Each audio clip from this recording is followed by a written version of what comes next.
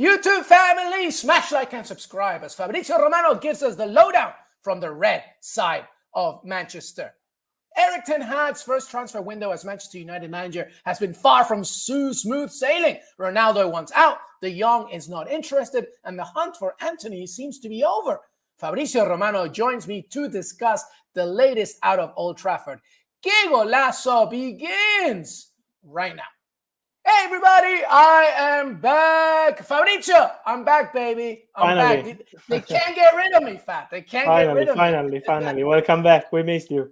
Hey, well, I missed you too, but I tell you what, though, I was looking at some of the numbers that some of your episodes were pulling on YouTube and the interest and the engagement. They don't need me, Fabrizio. I feel terrible, man. JJ was doing a great job. I thought he was good. Was he not? He was pretty good, right? Very good. But you are the man here, so we can just try, but you are the man. Fabrizio, you're too kind, brother. And thank you so much for joining us, everybody. Today's episode is about Manchester United. Fabrizio Romano, a very busy man all over the summer transfer window, of course. And by the way, today's Qué Golazo episode is presented by Gillette Clear Gel Antiperspirant. And for those who don't like to sweat, the choice is clear. Gillette is your ticket to all-day freshness. Gillette, the best a man can get. And by the way, nominate Qué Golazo for the best sports podcast category in the People's Choice Podcast Awards. It only takes 60 seconds. Go to the link in the description, or if you're watching on YouTube, scan the QR code in the top corner, then toggle down to the sports category and select Qué Golazo. All right, let's get on with the show. Fabrizio Romano, before I begin, I wanted to just, we're doing a few of these episodes, but, you're such a busy man and we all love you for it. You're such a hustler. How have you found this summer transfer window so far? It's not over. It's not even August. But how have you found it so far as opposed to last summer, which was crazy in itself, right? Obviously, Messi and all that stuff. But how have you found this one in comparison to the last one that just went?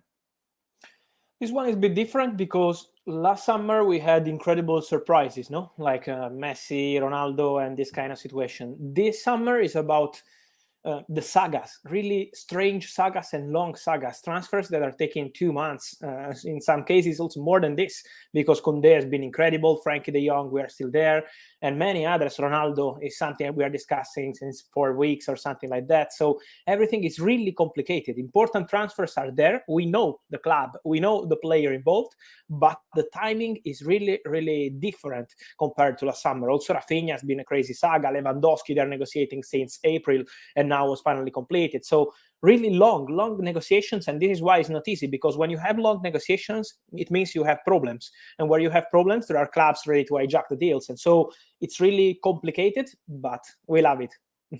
We love it, my friend, and we love you for covering it with us, of course. I see it a lot like the airline industry recovering from COVID. Everything is just like going so insane, and so much business needs to be done.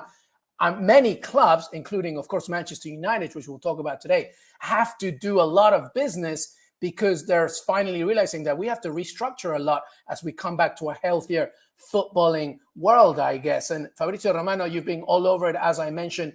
And by the way, thank you, everybody, for being part of this family. So throw in the questions. It's going to be Manchester United, and at the very bottom, hopefully, we'll ask some other questions. I know Villa fans. Don't worry. I got my very own to think about. But Fab, let's talk about this straight away, because this episode is presented by Gillette Clear Gel. And the choice is clear, presented by Gillette Clear Gel. So we're going to do this, first of all, before about the players that Manchester United already have. The choice is clear.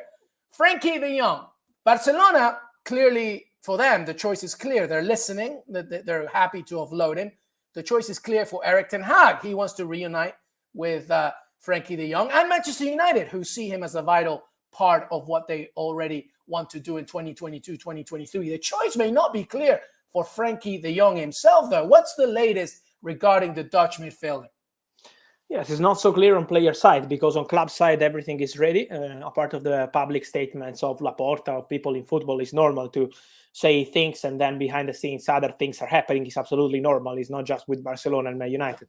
We saw this kind of situations many times, but behind the scenes, Man United and Barcelona have an agreement almost ready for Frenkie De Jong. It's always the same, 75 million euros guaranteed plus 10 in add-ons. So everything is ready between clubs. But Frenkie, as of today, has still not changed his mind. And I'm told that his message to the club, to Xavi, to Laporta, has always been very clear. He wants to stay at Barcelona.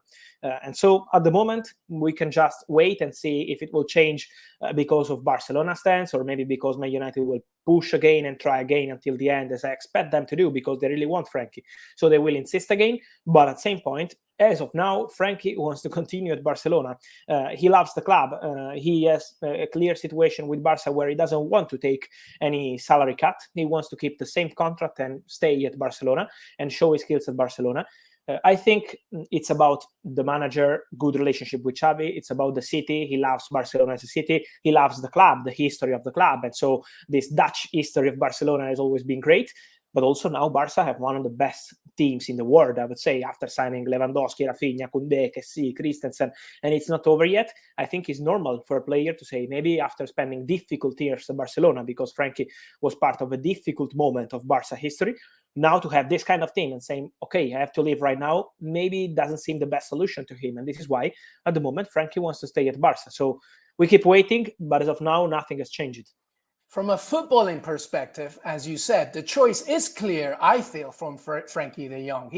Why would he want to leave? As you mentioned, Xavi, one of the greatest midfielders the game has ever seen. He can continue to learn under him. You mentioned after going through such a rough time with Barcelona, now he's seen Lewandowski come in, Rafinha, Ferran Torres will surely get better now, so he gets his first full season. We've got Dembélé looking so good. So he wants to be part of this project. My question is, though, from a financial perspective, I'm imagining also there's some unfinished business for Frenkie De Jong in Barcelona. He wants to make sure as well that he's taken care of. After all, he has his own personal well-being and a family to think about. Would that be also a big factor as well? Yes, of course. I always see this salary story around, and it's true that it's one of the factors. But I want to clarify that it's not the only one. So it seems that he's just waiting to receive his money and leave the club. It's not like that. From what I'm told, it's one of the factors. Of course, he wants his money, and I think it's absolutely normal. But at the same point, he still wants to stay at Barcelona. So I'm told that he's not just waiting for the salary. It's just his own idea to stay at Barca, to clarify the financial situation. Of course, one of the points, the really important points, and this is why Man United are still insisting, is that Barca will need to sell some player now. After signing so many stars, they will need to accept some departures. And with Frenkie would be important because, as we always mention, his salary this new season will be really huge, one of the highest in the team. And so it's going to be really complicated for Barca to manage the situation with Frenkie De Jong.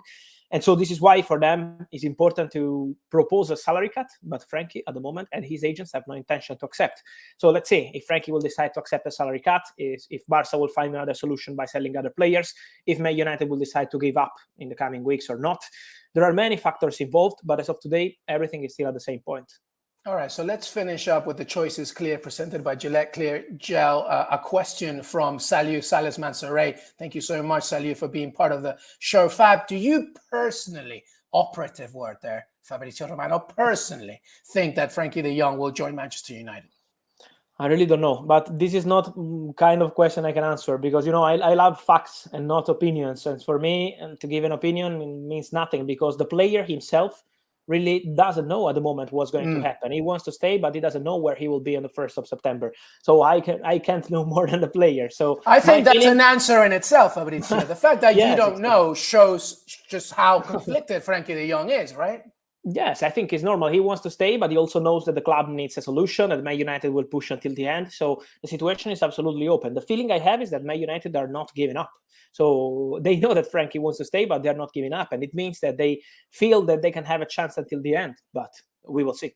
That's the right question. Are Manchester United still pursuing this? If the answer is yes, then there is still a possibility for either scenario to happen. And that was the choices clear presented by Gillette Clear Gel. Let's stick with Manchester United here, Fabrizio Romano, and let's of course talk about, the biggest star of them all, Cristiano Ronaldo. He did post something on his social channels regarding how, the media says one thing, they don't know what they're talking about, etc., etc. But we do know that he wants to leave. He wants Champions League football. He's reaching the end of his career. And we do know as well that some clubs have been offered and yet rejected him as well.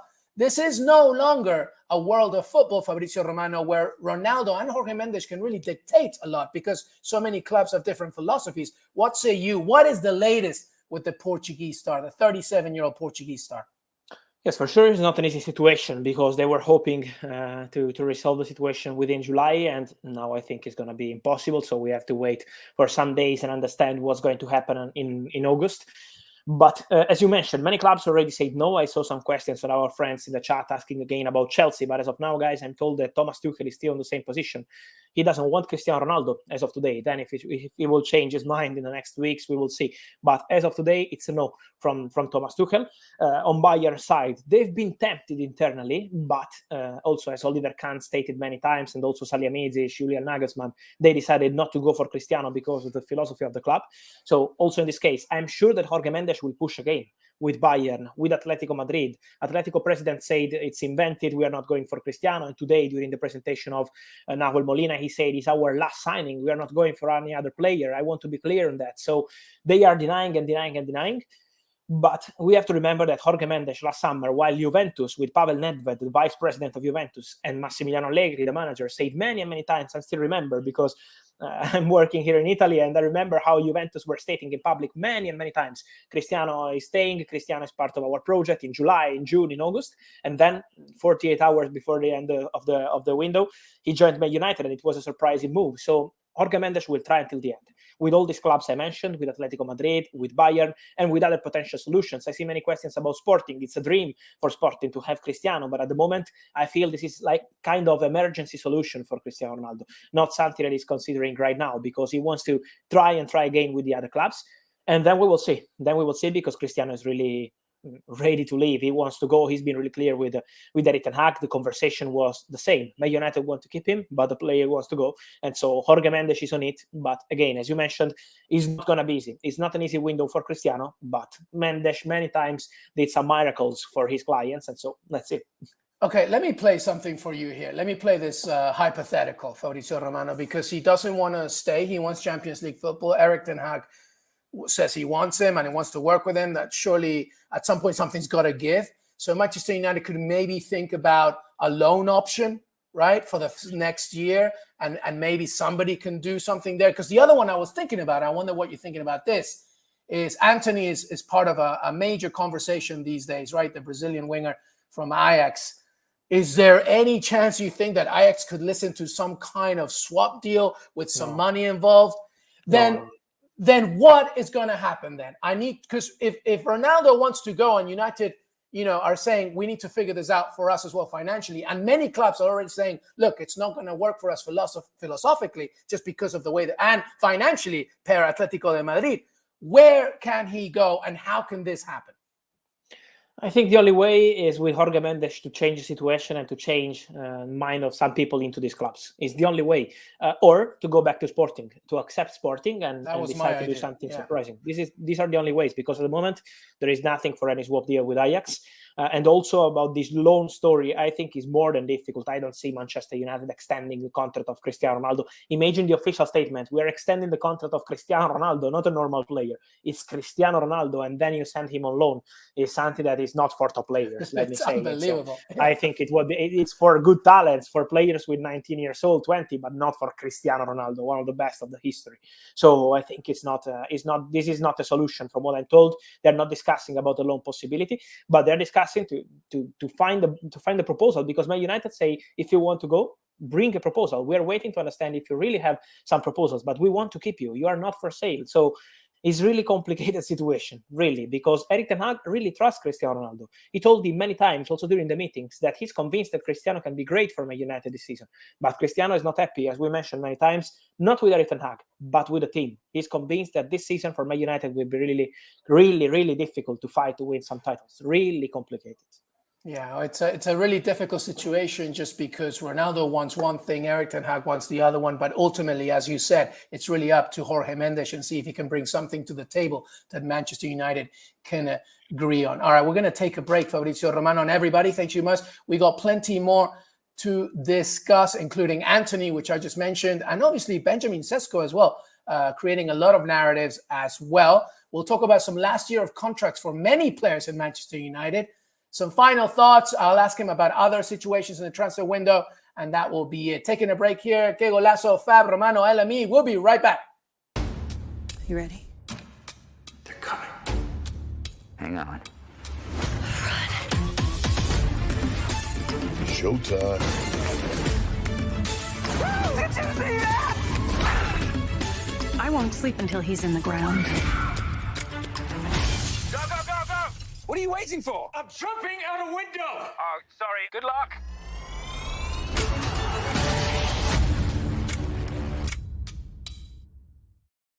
Welcome back, everybody. Fabrizio Romano in the house. Qué Golazo, LME. Thank you so much for being part of the family. Hey, by the way, the soccer calendar knows no break, so it's always all systems go here on Qué Golazo, staying on top of the global game. It's an all-day gig. Then there's the added stress of being a helplessly loyal fan who obsesses over every minor detail concerning my club. Throwing on top of that studio lights, the public speaking, the breaking news. It's a recipe for perspiration. Not for yours truly. Fortunately for me, sweat and bad odors are two things I have not to worry about, thanks to the long-lasting power of Gillette Clear Gel Anti-Perspirant. I can get on with my day, which mainly involves staying on top of the latest Aston Villa news and telling myself it's strictly for work purposes, without breaking a sweat. Gillette Clear Gel Anti-Perspirant goes on with an anti-white mark formula and protects your nostrils from those nasty under-armpit smells while giving you 72-hour sweat protection. If you want all-day freshness, the choice is clear. Gillette Clear Gel Anti-Perspirant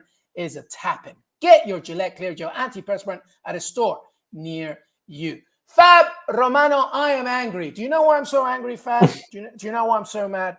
Because when I think about being Peruvian and World Cup qualifiers, and then I look at Argentina, and then I look at Brazil.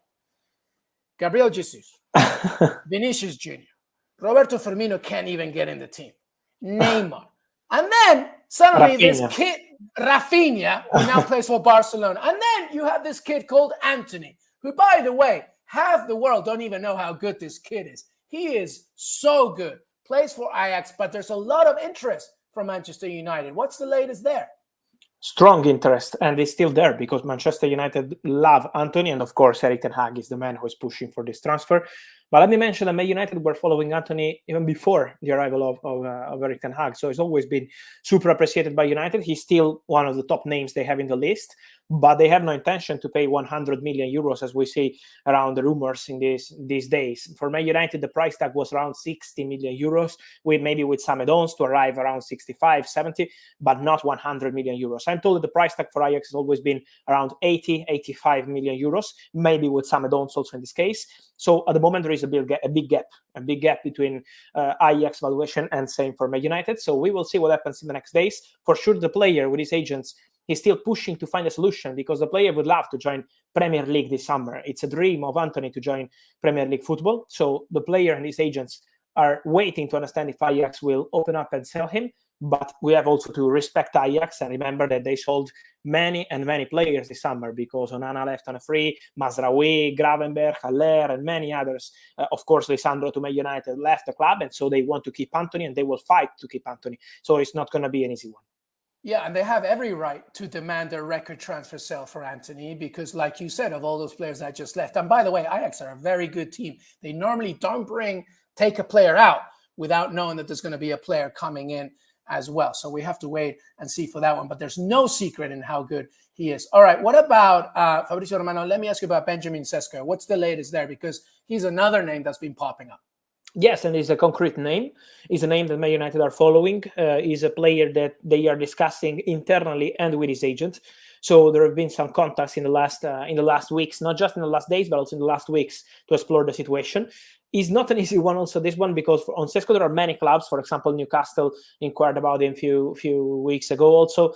So, of course, he's one of the best talents around and many clubs are interested. The real point is Salzburg, because Salzburg plan was to sell the player next summer and is still to sell the player in summer 2023. So maybe to have the chance to show again the skills of Sesko this season and then to sell him in summer 2023. So Man United will need a really important bid if they want to sign Sesko immediately, or maybe to sign him now and loan him back to Salzburg. But I think that would not make a lot of sense for Man United as they need a striker this summer. So let's see what they will decide, but they are in contact. There is still no bid. It's still not an advanced deal, but he's one of the names they have in the list. And I think it will be a really interesting one because this guy has a top quality. He's not just a very good in the box, but he's a very good player also outside the box, working with the team, fighting for the team, and with incredible skills. So really talented guy.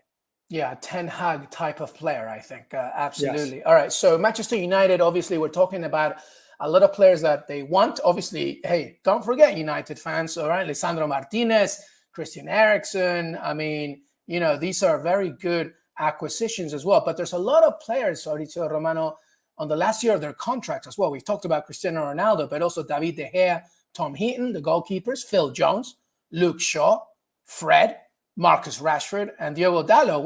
What's the latest with these situations? Are they worrying that a bit later after they figure out who's coming in? Is it an emergent situation, especially for some key players that I just mentioned there? Or are they thinking about this? Are they putting this in the back burner? What's going on? No, there is something to clarify that many of these players are out of contract next summer, but with an option for Man United to extend for another season. And it means that it helps the club to be relaxed on these situations. Then, of course, they will make decisions on some of these players before next summer. So, for example, Rashford is a player that they want to keep. They want to discuss a new contract. So Rashford was waiting to understand who was the new manager. And now with Erik ten Hag, the situation seems to be different. It was a difficult time for him at Man United last season, but now seems to be different feeling. David De Gea is waiting to see how it will go in the next months with Ten Hag, but is another player who will have a chance to discuss a new deal. Luke Shaw is discussing a new deal with Man United since a long time, and now it will be time to decide if they want to extend or not, but they are in discussions since a long time. So they are already speaking to these players. Now for Ten Hag is moment to explore the possibilities and then to make decisions. Then many of these players will leave the club. I think for Tom Heaton will be the case to leave, probably. Let's see what happens this season, but I think he will have chances to leave. Phil Jones the same. So many of these players will be out of the project, but many others have this kind of clauses that are protecting the club. For example, Diogo Dalot is a player that I'm told that is super appreciated by Erik ten Hag. He's doing great in the preseason. He's a real professional. He's a very good player, and I think he's perfect for Erik ten Hag. So many clubs wanted him in January and also this summer exploring, like Borussia Dortmund, Atletico Madrid, but it was not even a topic because Erik ten Hag trusts Diogo Dalot as important player. So I think they can discuss a new contract with him in the next months. Yeah, I was getting very angry about Brazilians. Here's another one. Alex Telles as well. What's the latest on him? We have a question regarding Alex Telles. Zombie, Fab, any truth on Telles back to Porto? No. It's not true. At the moment, they are not negotiating Alex Telles and Porto, and also Man United and Porto. I think there will be some other opportunity in the next days, so we have to follow the situation because his agents are working to explore the market. Of course, now they have Luke Shaw and Malacia arrived from Feyenoord, and so they need to find a solution for Alex Telles. But I think it's not going to be Porto. From what I'm told, other clubs are exploring this possibility, and we will see what Man United will decide about the salary, because all the clubs inquiring about Alex Telles want to pay not the full salary, as it's a really big salary. So they will need to decide with United, but I think he will leave in August. And by the way, as we are talking, Fabrizio Romano, closer reports now of Sir Alex Ferguson being invited to become a way bigger voice once again with the direction of Manchester United. Obviously, he was part of the Ronaldo chats as well. Let me ask you something before we move on to, and if we have any other more questions about Manchester United, guys, ask them right now because we're going to move on in a second.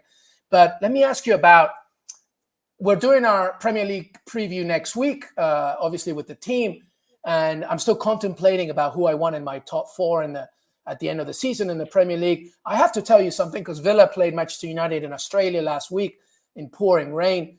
I have been very impressed with Erik ten Hag's Manchester United so far. They look focused. They look hungry. Clearly, it's just the summer and it's just preseason, but there is a drive here, specifically from the renaissance of somebody like Anthony Martial. Jadon Sancho looks very good. Marcus Rashford as well. Eric Bailey's back to being fit. I mean, this is a squad that I think at this point, right now I'm putting them in the top four. I don't know if I'll do that by the time we get to the previews, but what, in terms of the business that they have been doing, what do you make of United so far and what they're doing under the project of Erik ten Hag? I would say we are on the market. We are on a 6.5 as my personal rate because I think we are not yet at the top level. I was expecting Frenkie De Jong to join Man United earlier, honestly, in the window. So I think this is the real point. Let's see if they will get Frenkie or not. But this is the real key for their market, and then the striker, because they always wanted a striker. We know it was part of the plan and it's still not there. But let's give them some time to find the right solutions. But I would say an 8 or 9 to Erik ten Hag's work, because you mentioned his work on the first games, the preseason games. Of course, it was a very good one. But also I'm told into the dressing room, the atmosphere is very good. Also, Cristiano Ronaldo back in training with Manchester United. Of course, it's not an easy situation for him. But I'm told that people next to Cristiano had the feeling that Cristiano also was surprised with the atmosphere into the dressing room. A really positive one, a really good group. They're really focused on the work with Erik Ten Hag. So something has changed on the manager point of view. But of course, he needs players now. He needs new players, at least 2-3 signings in August. And we will see how it will go. But it's a really important point to sign new players. He needs players. But the work he's doing, I think, is amazing. But I had no doubts, honestly. He's a top manager. Yeah, a top manager indeed. Hey, by the way, Zombie's asking another question here about Eric Bailly, who I just mentioned. Go ahead, Zombie. What do you have for us? Des Norris is going to put it up in a second. Fab, any update on Eric Bailly? That's it, really. Yes, Roma want him. Jose Mourinho. Now they are focused on Gini Wijnaldum. So after signing Dybala, their focus is on Wijnaldum as next target. And then they will go for Bailly. He's a player they have in the list. Mourinho signed him for Manchester United. Was his first signing for Manchester United. So very good connection with the player. But Roma want him on loan. So we have to see if Man United will accept a loan deal or not. This is the real point. But it's something that will be discussed maybe next week or the following one, because now the focus for Roma is to sign Wijnaldum, and they're doing a very good team. Fab, let me quickly ask you about Ronaldo and also the search for striker. Are they connected? Does it matter if Ronaldo stays? Do they not look for a striker? Or if he goes, is it dependent on his exit or staying, or does it not matter?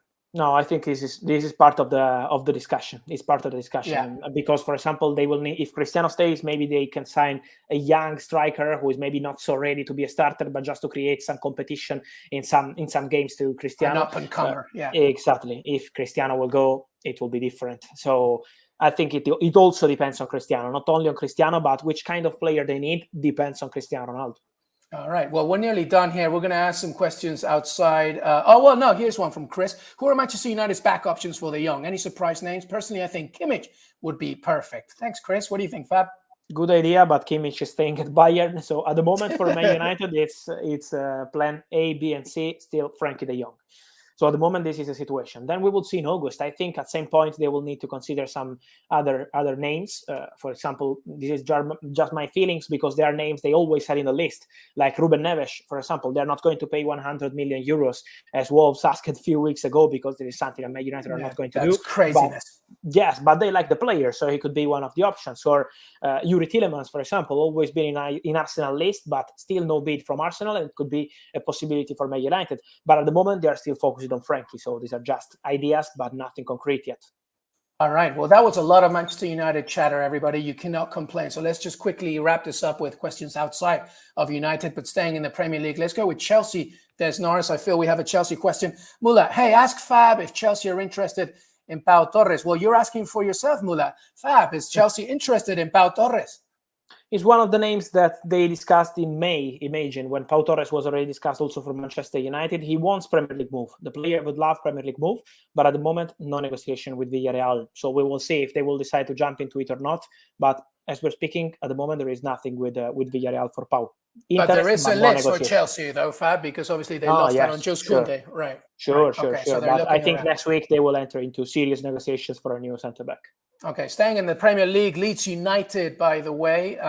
Leeds news, anything on a striker or left back? Obviously, Rafinha's gone to Barcelona and Calvin Phillips to Man City. They lost some key players, but Brendan Aronson is in there, of course, Tyler Adams. What's going on there? And obviously Roca as well, who's a very good player. But anything on a striker or a left back, Fab Romano? For the striker, now they need to find a solution, because they wanted the Kettler, but this guy is going to Milan. And so Kalimundo of PSG is a player they love, but it's a rather complicated situation, because Galtier is really happy with Kalimundo. So we have to say what they will decide. But I see Leeds going for a striker in August. So we have to wait a bit. They're exploring options around Europe, but the striker will be one of the final signings, important signings for Leeds. All right, Fab Romano. Well, let's end it with somewhere I know you know where I'm going with, of course, the very good, the very excellent John Percy from the Telegraph at the back post, reporting that Douglas Luiz, the Brazilian midfielder, obviously in conversations, apparently there have been some constructive conversations regarding a new contract. There's been interest from clubs across Europe, including the Champions League. But Villa apparently are hopeful that Douglas Luiz is staying. Do you have any more information to support this?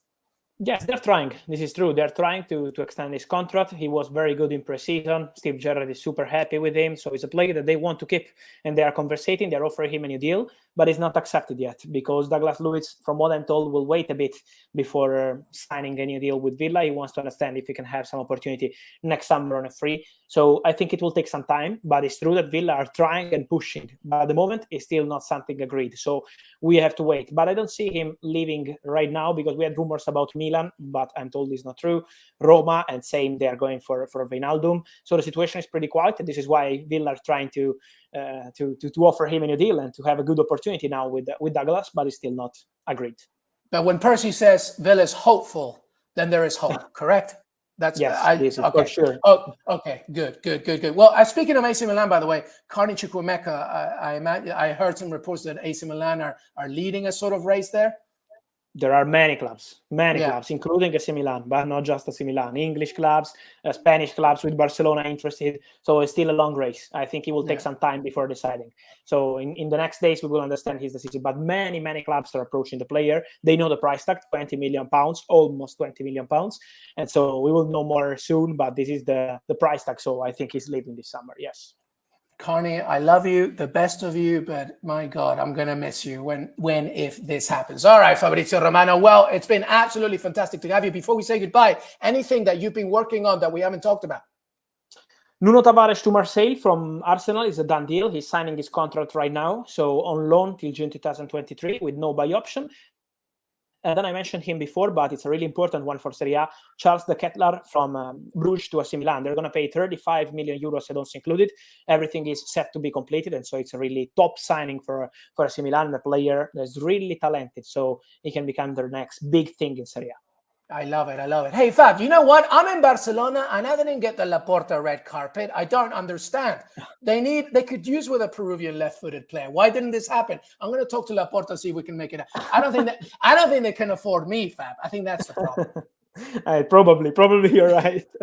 Hey, we have a very nice comment about you, Fab, for a second from Mo. Fabrizio, I appreciate you, guy. Following you all over, man. Keep it up. From Freetown, Sierra Leone. What a great comment, Mo. Thank you. I appreciate it. I love it. Fab says thanks. I say thanks. Thank you so much, everybody.